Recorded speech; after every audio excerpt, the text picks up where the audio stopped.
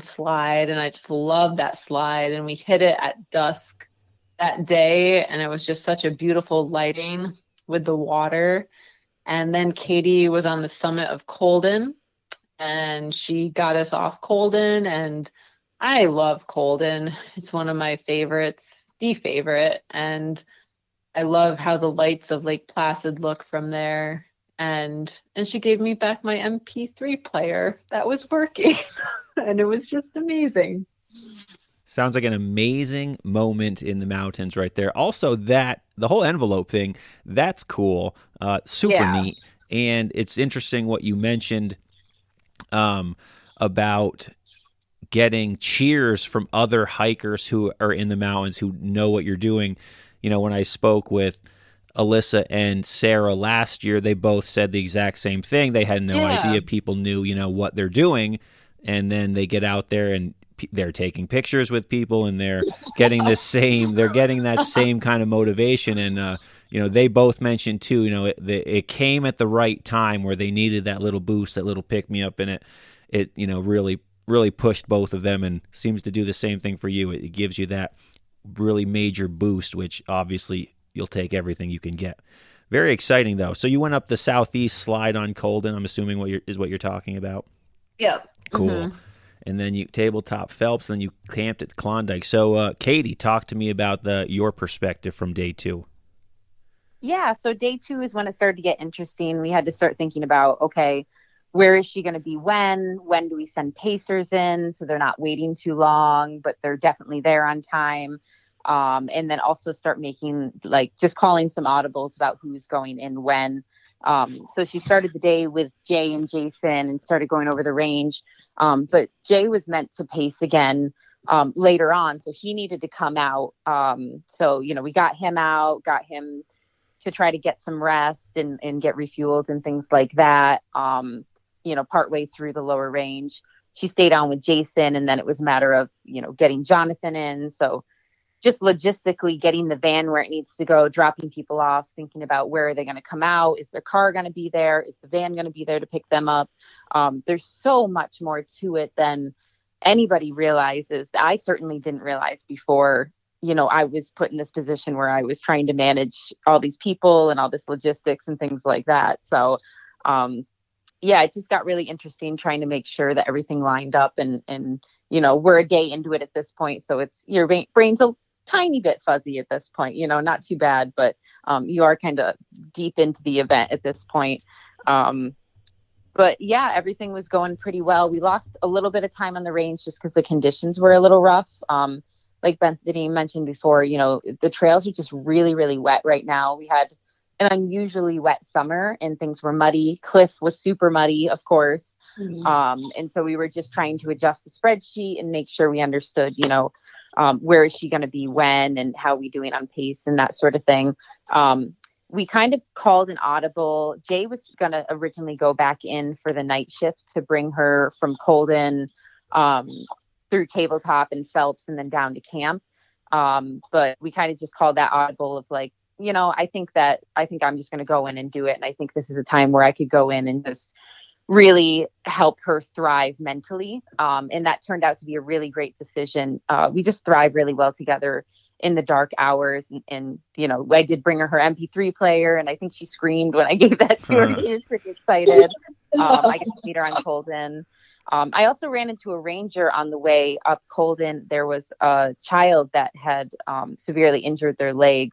I believe it was on the summit, and they were carrying him out. And so I was able to actually deliver a message to that family that was carrying the child out. They hadn't called for ranger assistance at this point, so they weren't responding, but they did want to have some communication with them. So that was kind of cool that, we were out there for something completely different, but I was able to run some messages for the rangers on my way up to Colden to meet her and just, kind of take a little bit of pressure off those resources. So that was something where it was like, okay, doing some good in the midst of this effort, Yeah, that's awesome. Yeah, so I made my way up to Colden. It was beautiful. The sun had just started to set, and like Bethany said, you could see the lights and the stars were just spectacular. And we kind of made our way down across to Tabletop. Tabletop just past that summit there, it kind of opens up a little bit. We turned off our lights for a moment and you could see the Milky Way so clearly. It was just absolutely a breathtaking moment. And we all just stopped, for a good 20 or 30 seconds and just kind of took that in. And, didn't really worry about the time for a few moments there before continuing on. And then again, up on Phelps, just an absolutely gorgeous view. And back down the backside of Phelps, that is a wonderful trail. It's very sparsely marked and you have to be careful at the top there. But once you get on it, just a gorgeous trail, mossy, low impact. Just not a lot of people go down that backside. We got into camp and I dropped off Bethany and Jonathan. Jay was there waiting. And the camp crew, just, again, amazing. Just jumped into action as soon as we got there, got her feet cleaned and ready to go. And just drying out, airing out, that sort of thing, got food in everyone's bellies. But ultimately my job was to get out so I could continue logistics from the outside.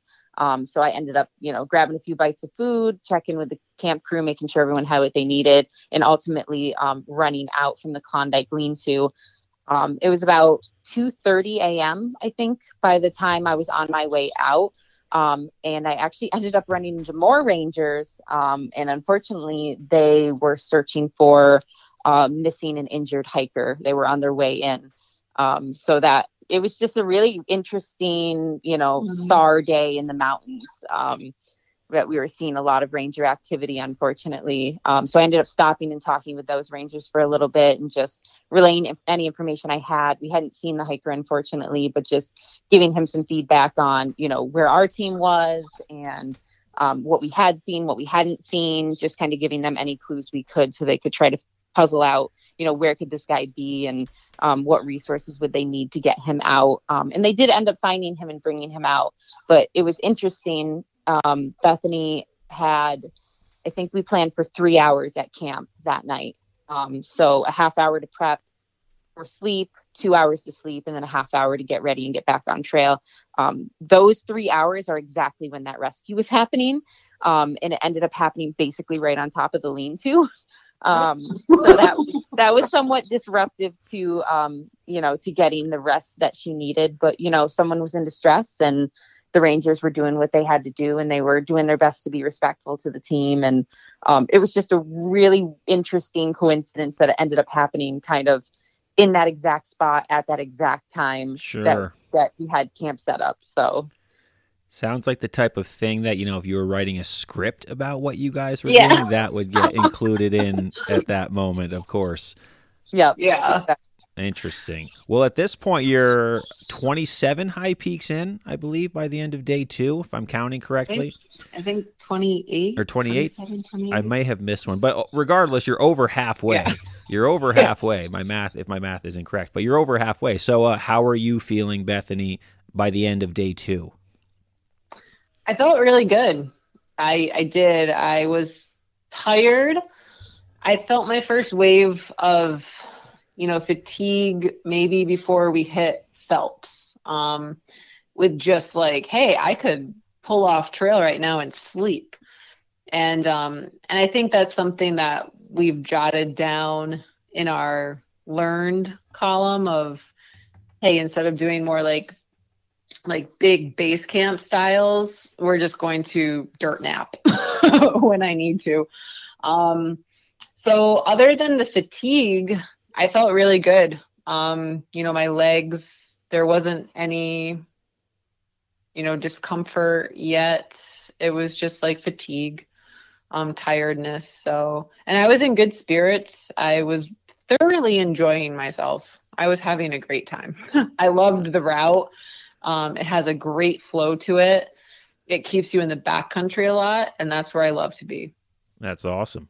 So that brings us to a terrible night's sleep at the Klondike Lean-to. Brings us to day 3. I'm guessing you guys probably started with Big Slide based on where you're staying. Is that a good assumption? Okay, so what mountains did you get on day 3? Okay, so yes, did not sleep at all that night. With the rescue going on, and but had time off feet, so that was good. Sure. We started with Big Slide, had a beautiful sunrise on Big Slide. It was a nice hazy sun. And then we did the bushwhack to Porter, Cascade. Then that was like the first time in the van again since Giant and RPR. And Kenny drove Katie and I over to Whiteface and Esther. And we did Esther before Whiteface, and then came off those mountains and we did Nye and Street, and then had another good cruise station for feet and food before going into the Mac range. So Wright, Algonquin, Iroquois, and Marshall. And that was, Marshall was summit 38, and that was the last summit I got. That was day 3. All right, that was 38, day 3. So, all right, cool. So, take us through. So, you started with Big Slide. How did the bushwhack from Big Slide to Porter go? And then just take us through, how the rest of the day went, or if there's any specific moments or memories you have from that day that, maybe stood out. Oh, definitely. Had a great time on Esther with Katie. That's where we ended the through hike, and she brought in some whiskey for me. And awesome. and we toasted Esther for being a badass. And so drank some whiskey on Esther, and then headed up Whiteface, and we had a photographer, Bridget. She's amazing. She climbed a few high peaks to capture some photos of this, and just great moments she captured. And Katie's husband, Kenny, also came up in the van. So there was a whole welcoming committee on Whiteface, which was, pretty awesome. And you're on day 3, so you're not feeling super photogenic at that point, but it was very heartwarming.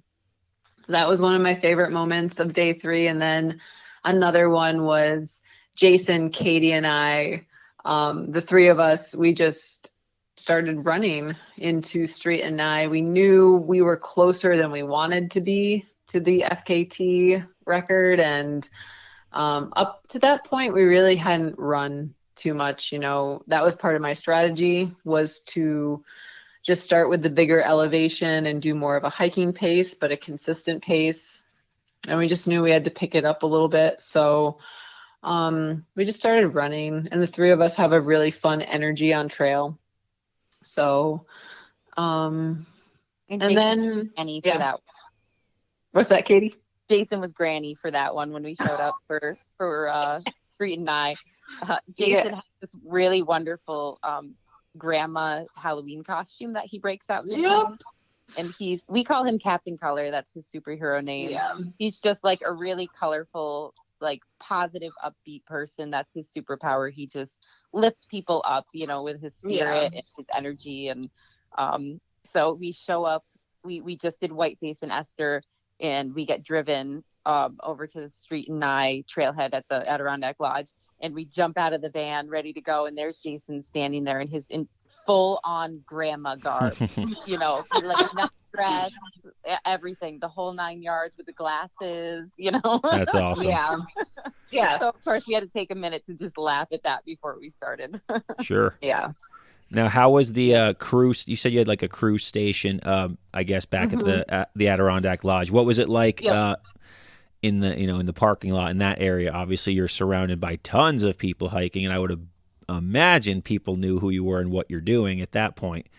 What was that like? Well, that's a good question. We came in around 8. Like that was our time for the aid station. So there wasn't too many people there. Yeah, at that point. But like every now and then there was someone on trail that wanted to like snap a picture of you, and we would stop and say hi, and it was all cool. The aid station was amazing, and just like I call them my trail angels, Sarah, Ashley, Dan, and Hannah, and they would be feeding me and also like wiping my feet, and then putting like anti-chafing balm on my armpits at the same time. And it was just like, at that point, day 3, I definitely was starting to feel more of the sleep, the lack